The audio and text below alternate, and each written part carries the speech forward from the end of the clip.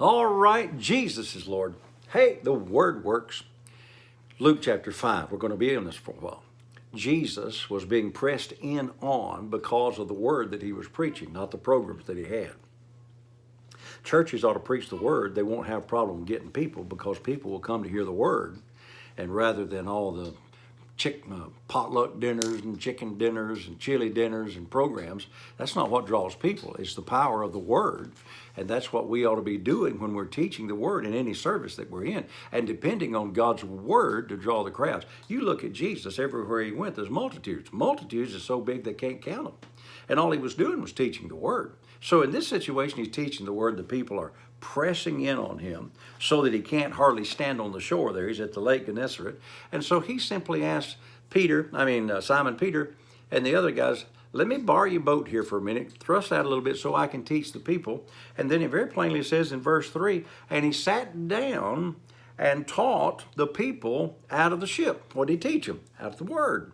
So he's sitting in the ship teaching the people the word, not feeding them. Now, he did feed them later. We'll talk about that one maybe next week. So it's the power of the word and the miracles that the word was producing that caused the people to come hear Jesus, not all of the programs and the pretty girls dancing and singing and all the stuff that we do today to entertain people in the church. The church has become an entertainment place rather than a power of God place. But I'm changing it and going back to the old preaching of the word that sets the people free. Now, the disciples loaned him the boat for just a little bit for him to preach out of. When he got through, he gives them a command that's strange. He said, cast your nets. Now we're going to this nets, very important. Cast your nets over to the other side. Now, when he got down there, if you look in verse 1 and 2, they were on the shore cleaning up the nets because they had fished all night and taken nothing. So Jesus says, cast your nets. So somebody said, well, the Lord gave them such a big load it broke their nets. No, he intended them to cast out several nets, but they didn't have any nets. Simon Peter said, let me read this to you. He said, answered, Master, we've toiled all night and taken nothing. Nevertheless, at thy word, I will let down the net. They only had one left in the boat. The rest of them was out being clean. And when they had done this, they enclosed a great multitude. I like the word multitude. Boat, sinking kind of load. A great multitude of fishes, so that their net break. It was not Jesus' intention for their net to break, because he told them to cast out the nets, but they left them on the shore. They wasn't expecting a miracle. Sometimes we go into these things not really expecting a miracle when God has a miracle on his mind. So, verse 7, they beckoned with them their partners, which was in other ships, that they would come and help them take up this huge number of fish, because they couldn't even get them in, because their one net began to break. And their ships, filled both ships, man, not just one, filled both the ships so that they began to sink. Somebody said one time, well, that 100-fold stuff, that's just too big to be true.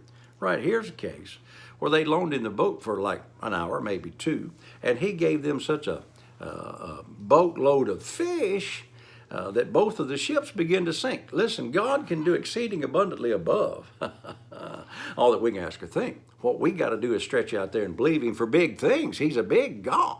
And, somebody says, yeah, but my problem's so big. Yeah, but your God is so much bigger, because he that's within you is greater than he that's within the world. So Jesus blessed them for them blessing him. Seed time and harvest, give, and it shall be given unto him. I said this yesterday, and I want to say it emphatically today. Get involved in the ministry of Jesus, and then he will get involved in whatever your need is. They needed fish. Jesus needed a boat, so they got involved with him, and he blessed them. So what you need to do is, pray for me. Believe God with me. I'm believing God for a lot of stuff, okay? Use your faith. Don't just sit there and just keep drawing and sucking off of this thing. What can I do to help? Well, you can use your faith. You can pray. You can sow seed. Whatever. What I'm saying is, you get involved with Jesus, then Jesus gets involved with you, and you cannot outgive God.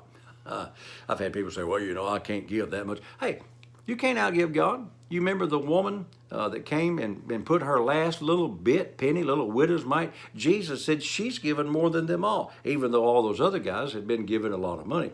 So it's not the size, it's not the amount, it's what's in the heart. these disciples, they weren't real excited about it. They just said, well, they weren't disciples at that time, but they just said, okay, come on. They thrust out a little bit. Then Jesus said, okay, boys, going to be different, but cast your nets over on the other side, out into the deep. And I'm going to bless you with so many fish you can't hardly stand it. Hey, I got to get out of here today. Saints, remember all day, hey, Jesus is Lord. Thank God the word works.